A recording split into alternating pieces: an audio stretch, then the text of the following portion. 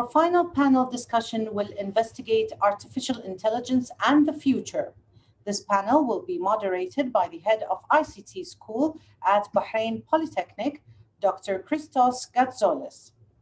Our distinguished speakers will be Chief Product Officer, Aion Digital, Mr. Aamir Janjua, Chairman of the Technology Business Society and Director of Technology at ARCAPITA, Mr. Mishal Al-Hellow, Co-founder and CEO of FACEKI, Mr. Hamza Al-Ghatam, the Head of Content and Insight, BCS, the Chartered Institute for IT UK, Mr. Brian Runciman, and last but not least, Education Sector Leader, Microsoft Middle East Cluster, Mr. Hamad Al-Saie.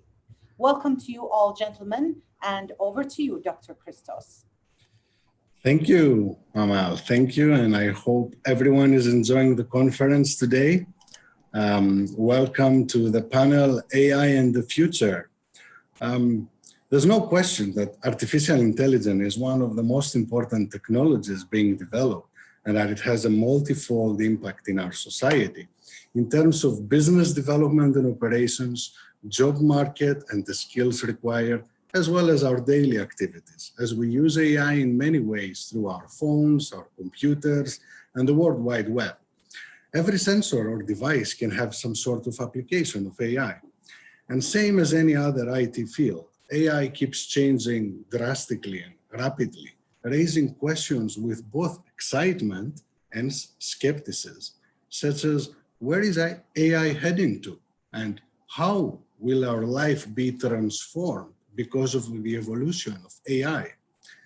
Now, it is almost impossible to predict the future of AI in 30 or 50 years ahead.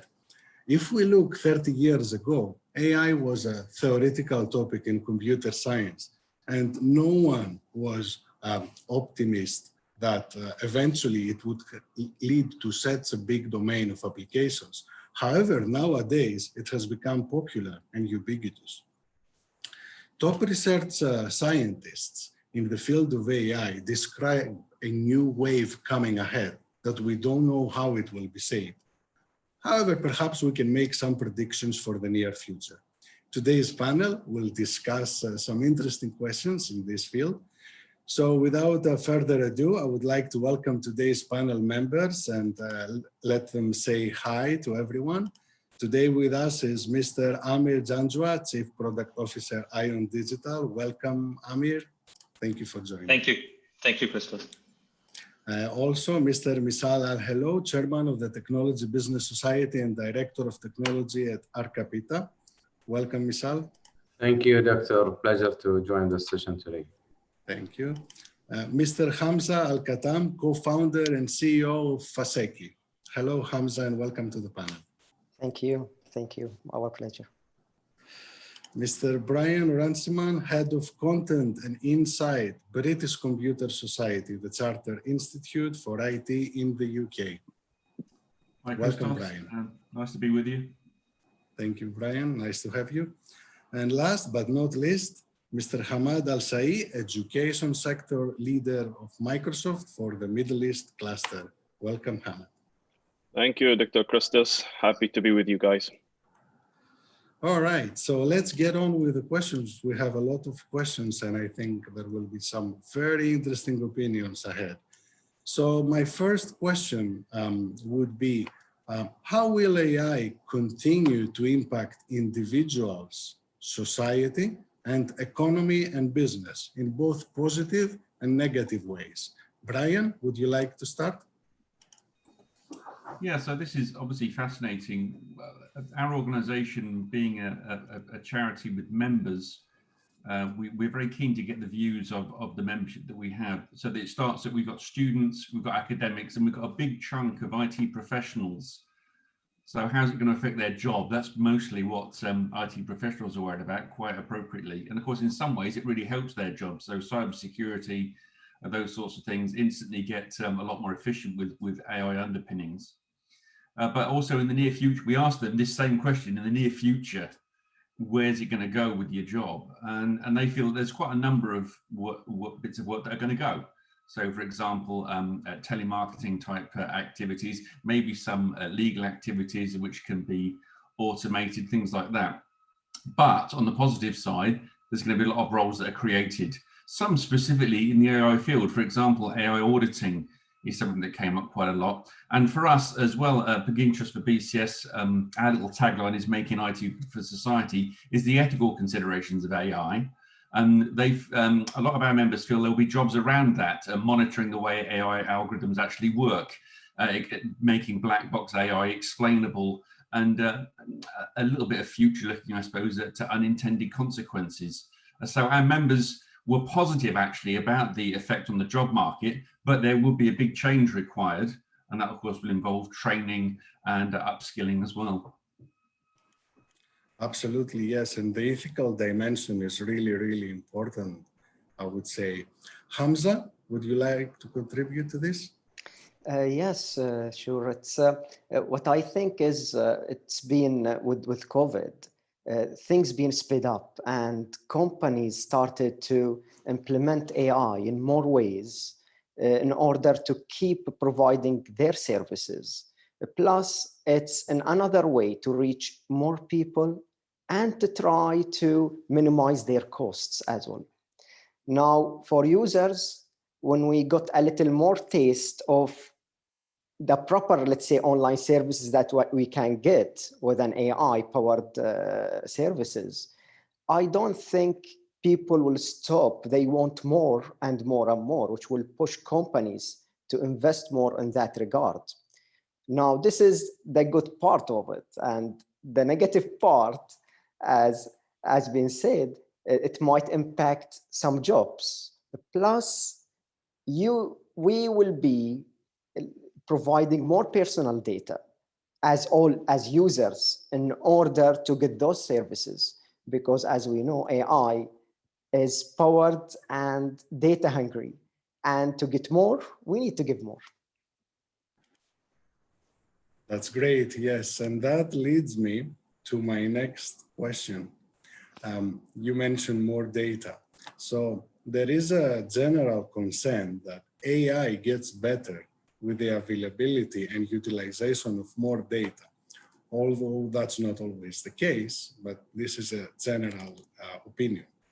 Now, as data is considered the new oil or the new electricity or the new gold, as we heard earlier today, will countries that collect more data gain an advantage in the exploitation of AI? And at the same time, will small population countries face financial challenges because of this? Hamad, what is your opinion about this? Thank you, Christos. I think a lot of things has been discussed here. And I think before answering this, I think everybody should understand that we are living in the digital era. So in the digital era, definitely data is the main source. And as we said, that data don't lie. So in those data, so basically everything relies to how can we extract the insight that we get from those data to understand our problems and how can we solve those problems. And the more data we feed in to our patterns or our algorithms, the much better it gets, because you consider it as a baby. You're growing up with that AI, machine learning, or whatever you want to grow it up with. It will improve as we go along and as the data gets bigger and bigger. And for a small population, actually, there is an opportunity, to be honest. I wouldn't say that it's a challenge. And I will take Bahrain as an example. Bahrain has been actually pioneering in adopting cloud technology, because with that cloud comes a lot of things that we need to implement, which is regulation and policies. And once we have that in a place, I believe Bahrain gains a lot out of getting those data, because we are having a lot of insight. We never been doing this before.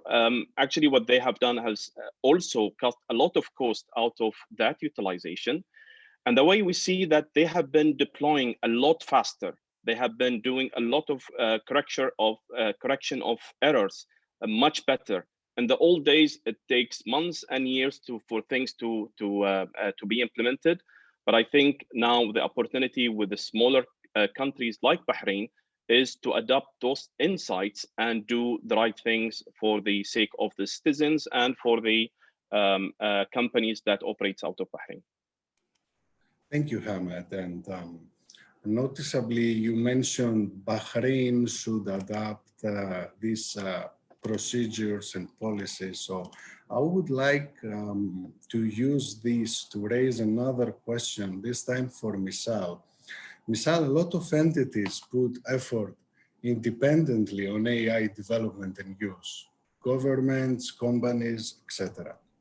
Now, the last time we met to discuss about other matters, you mentioned a national AI strategy. So why is it important for the future to have a national AI strategy in Bahrain? Thank you for the question.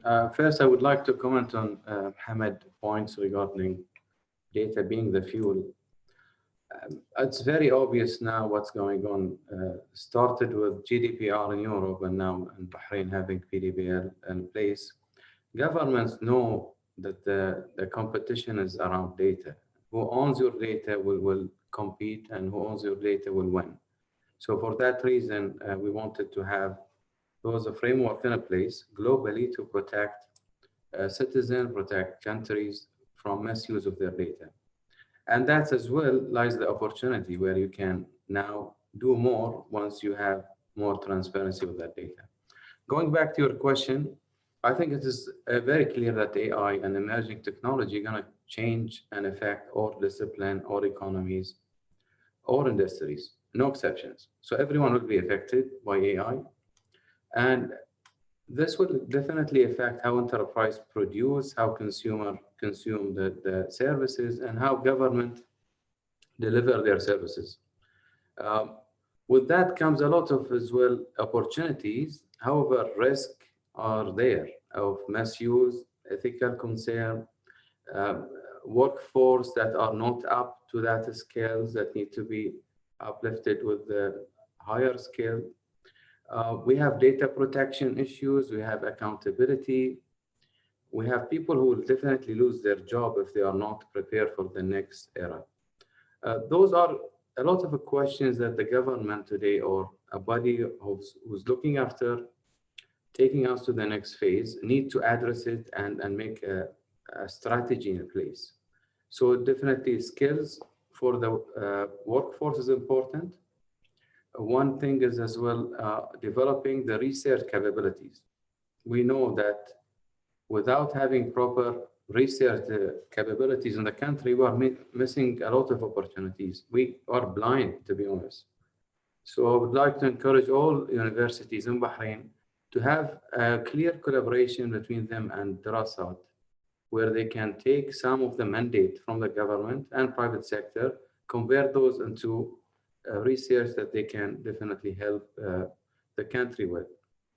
How we can maintain our competitive advantage today. So AI national strategy definitely will be a key to enable us to move forward.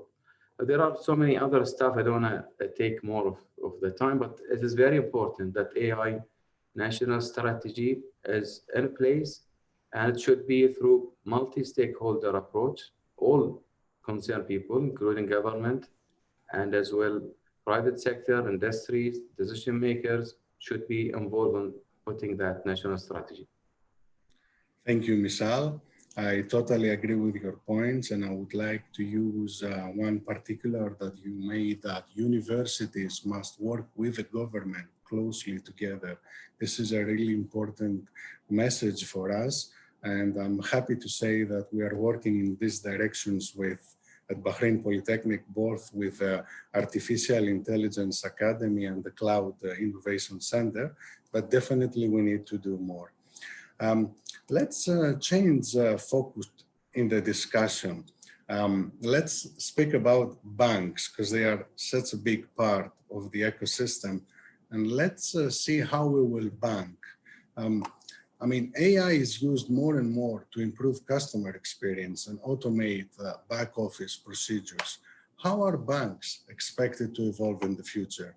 Are we going to bank using handheld devices or wearables and interact only with chatbots? Will chatbots eventually pass the Turing test? Will customers no longer need the empathy of a human operator when raising a complaint? Because I think a lot of people say that chatbots are limited to their functionality. Or will the chatbot eventually be capable to recognize and exhibit responses to emotions? These are a lot of questions that I raised. Aamir, would you like to have a go on those? Sure, thanks, Christos. Really interesting conversation, really enjoying it. I think there's some kind of a common message coming across from everyone. It's all about looking towards the future, right? I think when we talk about AI, it's been a very overused word, to be honest. Need to really decode it, to be fair, to make sure that we can just really bring it to the ground level and just kind of say what kind of things we can really achieve using AI, right? From banking, because part of the Aion Digital actually, we deal with a banking sector every day using our digital banking platform. If you think from banking perspective, I think it's all about making things more efficient. It's all about making sure we kind of really inspire our customers actually, how we engage with them. It's all about how we create that kind of experience and attachment and this emotional attachment with the brand itself, which I'm sure AI can really help big time. So if I really divide 3 key segments within banking, so I think there are 3 key stakeholders in here. So one is around obviously the consumers. They really need to see the value of this capability, if you want to call it. Then you think about the banks themselves, so how they can really align themselves and really streamline themselves to service those customers in the best possible way. And then there are regulators. And if you think about regulators, I kind of really simply would say they are here to ensure that the customer gets the right value out of this whole ecosystem, I think. So if you just kind of look at 3 different stakeholders in here, so I think the key over is how can we build trust on the technology we deliver, right? So when you think about trust, it's all about how can we create an ecosystem starting from bottom up and top down, that we create the right environment, which is all digitized. We get the right data, which is kind of digitized, normalized, and also talk the same language, I think, which is very critical. And then when we apply those data in all of these different segments, whether it's customer, whether it's internally into the bank, or whether it's about the regulator, it tells the right story and it engages at the right time and it delivers the right value for that particular stakeholder. So I think thinking in these terms, and to be honest, based on our experience, technology is already way ahead. It's already doing lots of miracles. It's more around the human factor. So if you think about today, what's changing banking, there are 2 key factors. One is technology, one is consumer behavior. Combine these 2 core critical factors, that's how you are shaping up the financial services, right? And if you think about consumer behavior, that's the most important and critical part to make it a success. So if you think about banking journey, starting from ATMs in 60s and moving to cards in 70s and then moving to branch banking in 80s and 90s and then online banking, in 2000, 24/7 online banking was a big thing. Then moving into the handheld kind of devices. I think the journey is there, but if you see the adoption, that's where the challenge is. So having the right infrastructure, using AI to make the right decision, because you need to create this customer experience layer using AI, and then you need to make this decision-making layer using AI. I think those are the 2 critical components to enable that AI into the whole ecosystem of how we do banking today. I'll give you a very simple example. If you even just think about a very generic consumer lending product, for example, it goes through around 20 decision points actually throughout the life cycle, right? So the idea is how can you really make it efficient, quick, real time, and just imagine how it can transform the customer experience. Because today, if I go for something as a consumer lending product, it would take me days to get any decisions, right? And internally banks spend, if you accumulate over the years. Banks spend millions to do those kind of operational activities to do that. And if I just take those 20 steps and make them using AI, automated and real-time and quick decisions, just imagine how we can improve the turnaround time for the customers and operational efficiency for the bank. Absolutely, and I'm very glad you mentioned again and again customer experience, right? Because everyone who banks has a story to tell about experience with customers, customer relations in banks. Hamza, what is your opinion about this? Yes, I think AI can be used greatly to improve the customer experience. I will take about us and FACEKI, and because what we do is our aim is to provide a login platform that is seamless and very secure without the use of username and passwords. Trying to make those platforms that is used is more accessible and more usable by users. And without AI, there is a big challenge. As if we use, for example, we're using facial recognition. How can we know that the person in front of that camera, he's the real live person, not someone wearing a mask or a camera or a picture? But with AI, now we can analyze lots of data points from the eyes, the skin texture, the background, the reflection on the image, and get a decision within just less than a second, and compare him with or verify him with his ID and everything, and let him in an easy, smooth way. So all that is thanks to the AI availability, which before it wasn't available, but now more companies using the power of AI, and not just facial recognition, even in voice recognition. There is a usage in voice recognition in emergency rooms, where it detect the behavior or the sound of the person and see is he scared, what his tone, is he afraid, or something like that, and make him jump the queue to the front so they can take his call before someone who's more relaxed in that way. So it's very much the use of AI. I think it is going to improve the customer experience greatly. I totally agree, Hamza, with your point. I can remember for the past years, I have been traveling to China almost annually, and I can recall maybe 3 years ago, I couldn't pay with cash or credit card. Everybody was using wallet, and then last year I've heard that people pay with a smile. So they're not even using their wallets now. So this is really, really something interesting. Now, talking about digital transformation, I mean, this occurs across all business sectors. How does AI change the way businesses undergo digital transformation? Hamad, what is your opinion about this? Thank Christos again. Again, digital transformation means it's a big wave. It's the fourth industrial revolution that we need to go through.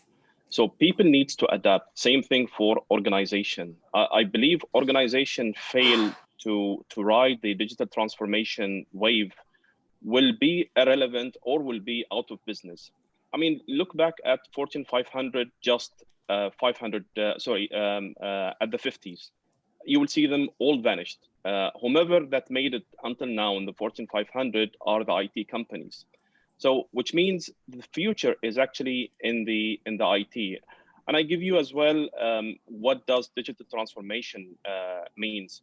A lot of people believe that AI could replace jobs, could replace businesses, and so on.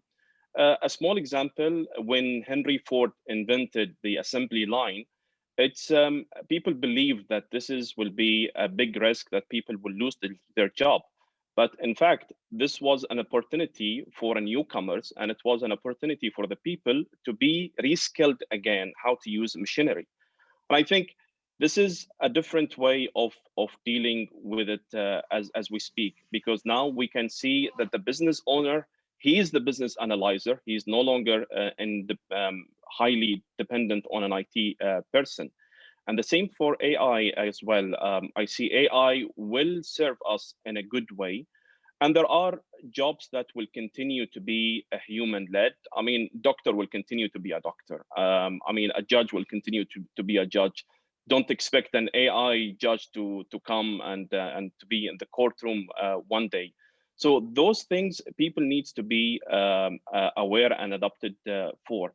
The things that we are always vocal about, and I think even at Microsoft, that the mission that we carry forward is how can we make sure to skill, upskills, and reskill people to the future demand jobs. And I think another one example that we have at the Bahrain Polytechnic, for example, we have launched the first AI Academy in Bahrain, and it's actually in the region.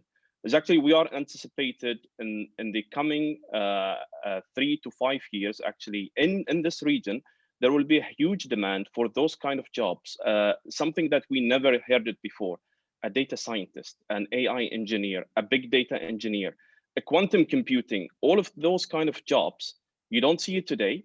It's available somewhere in the Silicon Valley, but actually we're trying to prepare our community, our people actually for the upcoming changes that we see it today is relevant. And I hope that everybody believes that digital transformation are there to make our life much, much, much easier. Thank you, Hamad. And I agree with you, and particularly how you highlighted that data literacy and artificial intelligence are becoming foundation skills for our society today. Also, I would like to ask Aamir, what is your opinion also about this matter? Thanks, Christos. So just before I respond to that, I think just going back to Hamza's kind of a point. So Hamza was talking about customer acquisition and how we making it, AI is making it easy for customer acquisition. But at the same time, if I think about Aion Hikmah, which is our AI platform, so we are working actively now with one of the leading customers here in Bahrain. And what we're trying to do, we just kind of really making sure that we retain those customers, right? So it all starts at the whole life cycle, right? So it all starts, but at the end of the day, you need to really understand using AI, power of data, using neural networks. That's what we kind of doing actually, just to make sure how we can, highlight those kind of symptoms really upfront, and how we can help banks to really identify those customers. Out of, let's say, your 200,000 or 300,000 customers, how can you really narrow it down to really targeted 2,000 or 3,000 or 4,000 customers where you need to really focus on to make sure that you retain them and you meet their needs for a longer period of time, and kind of really engage with them on a longer period of time. So again, AI can really, whether it's acquisition, whether it's about adding value, whether it's about retention, AI delivers massive amount of value actually throughout those kind of life cycle, if you want to call it. So now going back to this other question, I think it all starts from the purpose, to be very fair on AI actually. So if you think about, we have seen, I'm sure all of us have seen multiple, financial institutions kind of really kicking start this journey and really not perhaps getting the maximizing the value out of that journey. Actually, this is AI journey I'm talking about. So I think in our experience, it's all about what is the purpose and what objective you're trying to achieve. So typically, if you fast forward, look future, somebody mentioned about fourth industrial revolution, you think about IoT, you think about how everything is connected, whether it's connected cities, etc. The purpose is the most important thing which drives this digitization, and this drives this AI as part of that digitization. So whether it's about profitability, whether it's about how you enable personalization at scale, whether you power this customer experience, whether it's about, you want to be really speed up the innovation. I think those are all the things which are really important to make sure you have a really good starting point on what your AI strategy would really deliver for you as an organization.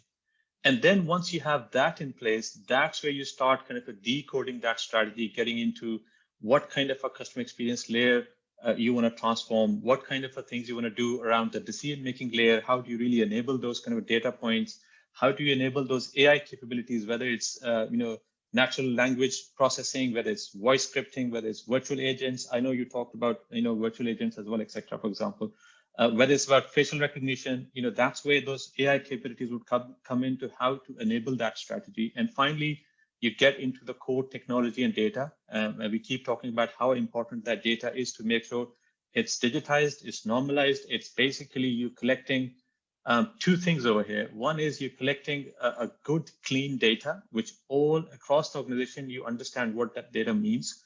And you have a really good diversified set of digital data. So the more diversified your digital data is, the more easier for your AI platform to really decode that. So again, I think those are the few things which we really need to focus on to make sure we can enable the true digital transformation enabled by AI. Thank you, Aamir. I understand there is a lot of potential, but needs careful thinking, of course. And you also mentioned face recognition. So I would like to pass the ball to Hamza, whose latest startup works with face recognition. So Hamza, how can face recognition be utilized in digital transformation? We think, as what we are working on, we think that we make any journey easier without the need of asking a customer to provide more things. If we can verify a customer, give him an access easily, that will help a lot. It's not just that, it will help in processing documents as well. Because if you, instead of you going, for example, to a telecom company to get a new line, and they ask you for your CPR, and or a bank to open an account, and someone goes and copy that CPR and check if, is it you, or is it the person, the passport is you? Now that's all done online, where you get verified, you are the person actually that it's in that card, plus to create you an account. You go next time from your laptop, from your handheld computer, maybe in an ATM, and you don't need a card. It can be just you. You are available there. You are the key. And this is, I think, where we are going, because we have to use the technology to empower user and to give him more accessibility and ease of use, which will give him very great customer experience, which will help him come back to you and use your service again and again, because it will be more available. Thank you, Hamza. That was very interesting indeed. I would like to see your product sometime, maybe. Sure. Now, another question for Mishal. Mishal, are we ready in Bahrain to get the most out of AI? First, I would like to thank everyone for their contribution, really insightful information and wisdom toward AI. Back to your question, I think Bahrain, we are very lucky to have leaders who believe in technology. We have good entities who have taken us on the last 20 years, transform services into digital. I would like to thank IGA for their great efforts. They did a great job. As well, they responded during COVID-19 is wonderful. I mean, we are so proud to have them leading the technology in Bahrain. Back to the assessment of where we are and what is the opportunity. I think Bahrain has a futuristic mindset, started looking at data protection much earlier. Like in 2018, we already have the first privacy law in the region. So we are ahead in so many areas. The information security, we are as well advanced in this area, the whole maturity of information security, which is a key enabler for advanced use of technology. I think I'm comfortable with what we have, but ambitious is definitely more. Research environment, as I said earlier, we need to tweak the mission and make sure that everyone is mandated with the right mandates on the research subjects. I don't think we are too effective today. So if I'm in the industry today having a subject that I would like to get some information about, I don't have a channel to talk to, like a national repository of research topics that I can go to and as well raise a flag that we need data from that nature. As well as investing on strategic sectors.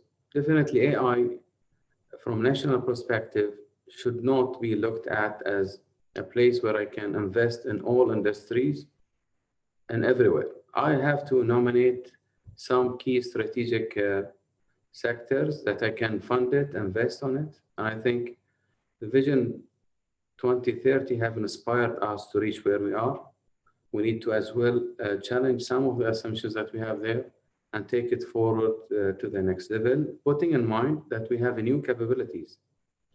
AI and what it can do to us is definitely something unique and different from the last 15 years. The last point, I think, is the international collaboration. Assumptions that you can do it alone is a wrong assumption. We have to collaborate, and we have an opportunity to build a collaboration on GCC level. I know UAE is advanced in AI. Definitely, they have declared their ambitions on the past. They started developing some centers. We need to do the same and hook them together. All of those GCC AI entities need to talk and collaborate because that's how we can advance all together. Thank you. Thank you, Mishal. We definitely need good planning for the national strategy, but that won't be enough.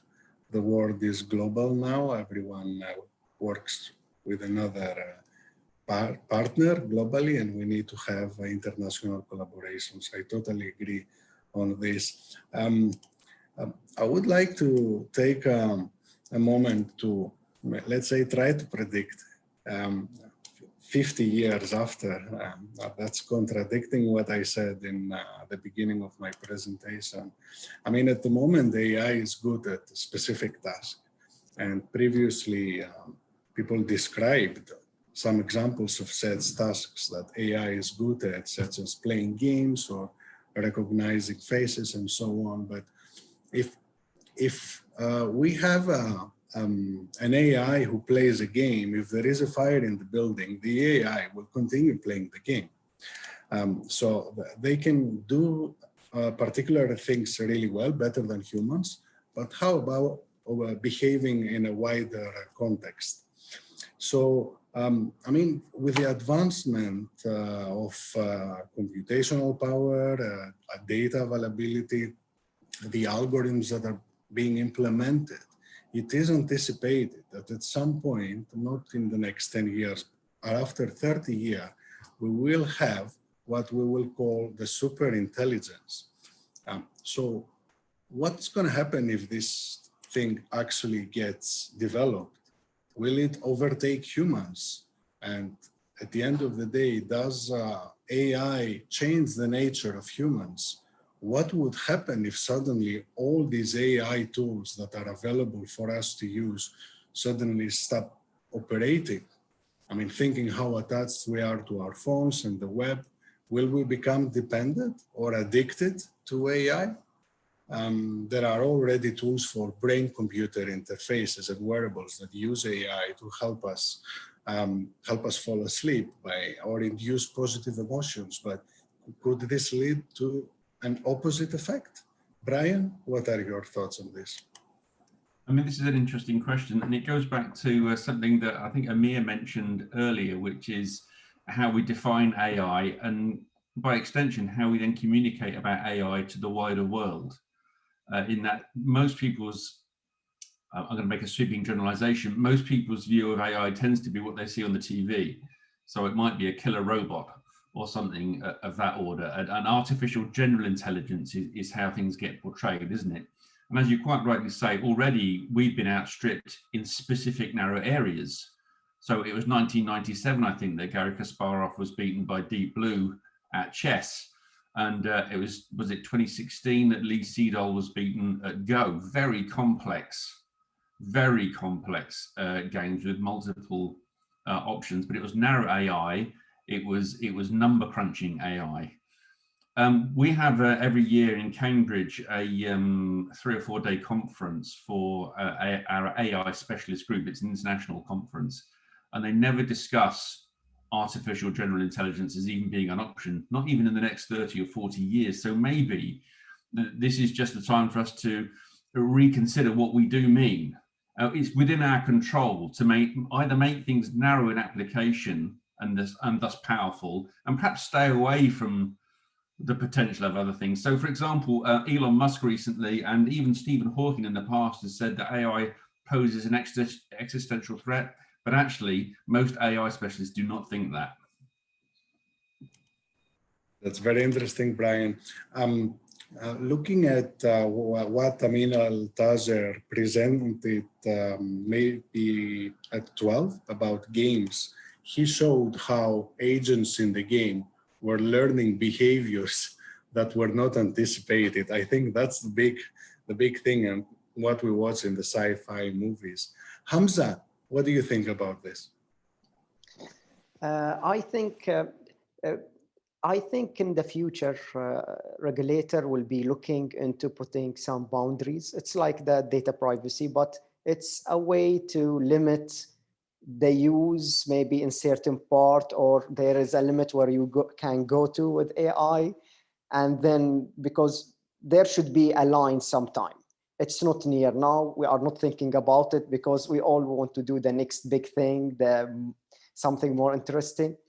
But yes, I think sometime in the future, regulator will sit and say, okay, we have to put a line, we have to put a map. There are certain things which you can do and certain things which don't go there.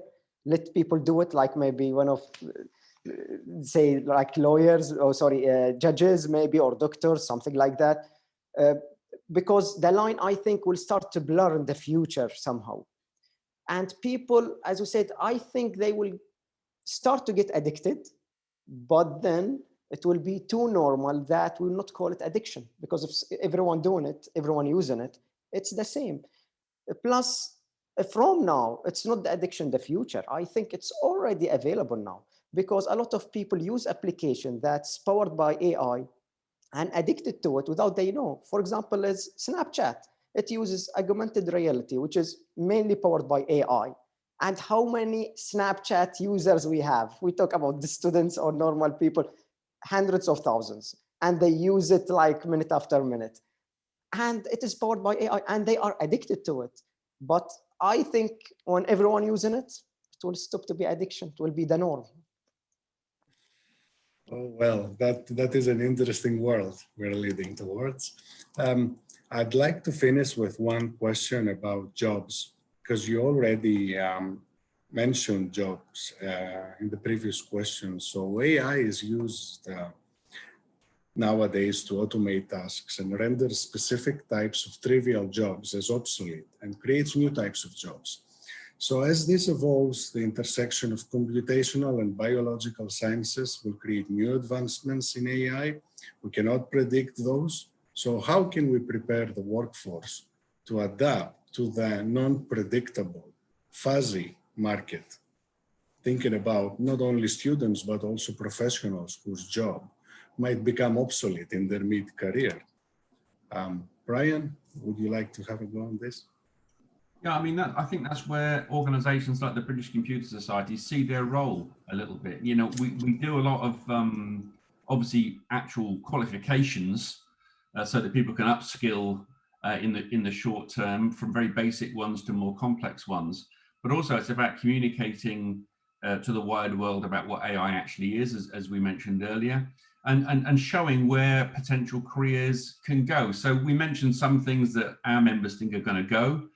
There are a lot of other areas, not even in AI, that will flourish. So, for example, data science, data analysis, healthcare analysis, behavioral interaction specialists, these things will have a lot of potential. So we could signpost, I suppose we view our job a little bit as being a place where people can just come and see where some of those things might be leading. So it's a matter of communication and helping people see the potential in these things, in in its true sense, not in a scary way. But also, Brian, let me ask you this. Apart from degrees and bachelor's, master's, PhD degrees, are we looking also to a new trend of shorter, let's say more specialized, let's say training courses, perhaps leading to professional certifications? And also, are we looking at something, a new paradigm in education with online access from everywhere degrees? Is this going to change the way education is saved?